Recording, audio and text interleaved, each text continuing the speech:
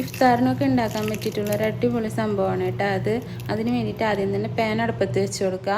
Pan ചൂടായി വരുമ്പോൾ അതിനകത്തേക്ക് ഓയിൽ ഒഴിച്ചു കൊടുക്കുക. അതിനുശേഷം ഇഞ്ചി, വെളുത്തുള്ളി, പച്ചമുളക് ഇത് ചതച്ചത് ഇട്ട് കൊടുക്കുക. എന്നിട്ട് നന്നായിട്ടൊന്ന് മൂപ്പിച്ചെടുക്കുക. ഇത് മൂത്ത് വരുന്ന സമയത്ത് ഇതിനകത്തേക്ക് സവാള അരിഞ്ഞത് ഇട്ട് കൊടുക്കുക. കുറച്ച് ഉപ്പും കൂടി ഇട്ട് കൊടുത്തിട്ടുണ്ടെങ്കിൽ സവാള പെട്ടെന്ന് വാടിക്കിട്ടും കേട്ടോ. സവാള നന്നായിട്ട് വാടി വരുന്ന സമയത്ത് ഇതിനകത്തേക്ക് ചെറുതാക്കി അരിഞ്ഞു വെച്ച ക്യാപ്സിക്കും തക്കാളിയും ഇട്ട് കൊടുക്കുക. ഇത് നന്നായിട്ടൊന്ന് വഴറ്റിയെടുക്കുക കേട്ടോ. ഇതൊന്ന് വാടി വരുന്ന സമയത്ത് വേണം ഇതിനകത്തേക്ക് പൊടികൾ ചേർത്ത് കൊടുക്കാൻ. പൊടികളായിട്ട് ഇവിടെ കാശ്മീരി ചില്ലി പൗഡർ, കുരുമുളക് പൊടി, മഞ്ഞൾപ്പൊടി, കറിമസാലപ്പൊടി, ഒരു നുള്ള് നല്ല ജീരകത്തിൻ്റെ പൊടി, ഇത്രയും പൊടികൾ ഇട്ടിട്ട് പൊടികളുടെ പച്ചമണം മാറി വരുന്നവരെ ഒന്ന് ഇളക്കിയെടുക്കുക. അതിനുശേഷം അതിനകത്തേക്ക് ചിക്കൻ മഞ്ഞൾപ്പൊടിയും ഉപ്പും കൂടെ ഇട്ട് വേവിച്ചിട്ട് ക്രഷ് ചെയ്തതാണ് കേട്ടോ. അത് അതിനകത്തേക്ക് ഇട്ട് കൊടുക്കുക. പാകത്തിന് ഉപ്പും കൂടെ ഇട്ട് കൊടുത്തിട്ട് നന്നായിട്ടൊന്ന് മസാല മിക്സ് ചെയ്തെടുക്കുക. അതിനുശേഷം അതിനകത്തേക്ക് കുറച്ച് സോയാ സോസ് ഒഴിച്ചു കൊടുക്കുക. എന്നിട്ട് ഇത് നന്നായിട്ടൊന്ന് മിക്സ് ചെയ്തെടുക്കുക. എന്നിട്ട് നമുക്ക് ഗ്യാസ് ഓഫ് ചെയ്യാം കേട്ടോ. അപ്പം നമ്മുടെ മസാല ഇവിടെ റെഡി ആയിട്ടുണ്ട്.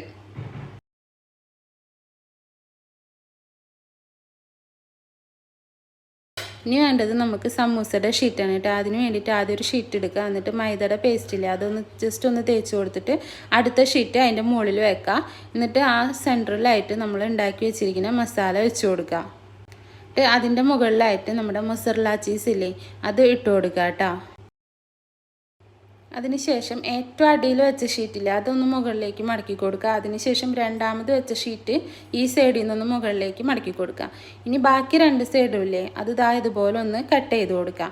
ഞാനിവിടെ ഒരു 6 പീസാക്കിയാണ് കട്ട് ചെയ്തേക്കുന്നത്. നിങ്ങൾക്ക് ഇഷ്ടമുള്ള പോലെ കട്ട് ചെയ്തെടുക്കുക കേട്ടോ. എന്നിട്ട് ആ കട്ട് ചെയ്ത് വെച്ചേക്കുമ്പോൾ ഇതുപോലെ മൈദയുടെ പേസ്റ്റ് ഒന്ന് തേച്ച് കൊടുക്കുക.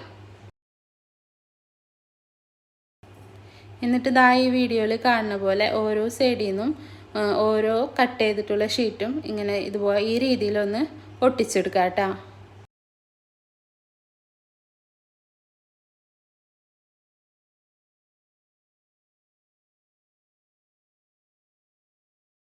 അപ്പോൾ ഇതാ സംഭവം ഇവിടെ റെഡി ആയിട്ടുണ്ട് കേട്ടോ. അപ്പോൾ ഇത്രേ ഉള്ളൂ. ഇനി ഇത് നമുക്കൊന്ന് ഫ്രൈ ചെയ്തെടുക്കാം. ഇത് നിങ്ങൾ എന്തായാലും ട്രൈ ചെയ്ത് നോക്കണം കേട്ടോ. മസ്റ്റ് ട്രൈ ആണ്. അടിപൊളി ടേസ്റ്റാണ് കേട്ടോ. ഇപ്പോൾ അതിനകത്തുള്ള ചീസൊക്കെ നല്ല മെൽട്ടായിട്ട് തന്നെ കിട്ടിയിട്ടുണ്ട്. ഇത് നമുക്ക് ബീഫ് വെച്ചിട്ട് വേണമെങ്കിൽ അങ്ങനെയും ചെയ്യാം കേട്ടോ. ഇനി ഇതുപോലുള്ള റെസിപ്പീസായിട്ട് അടുത്ത വീഡിയോയിൽ കാണാം.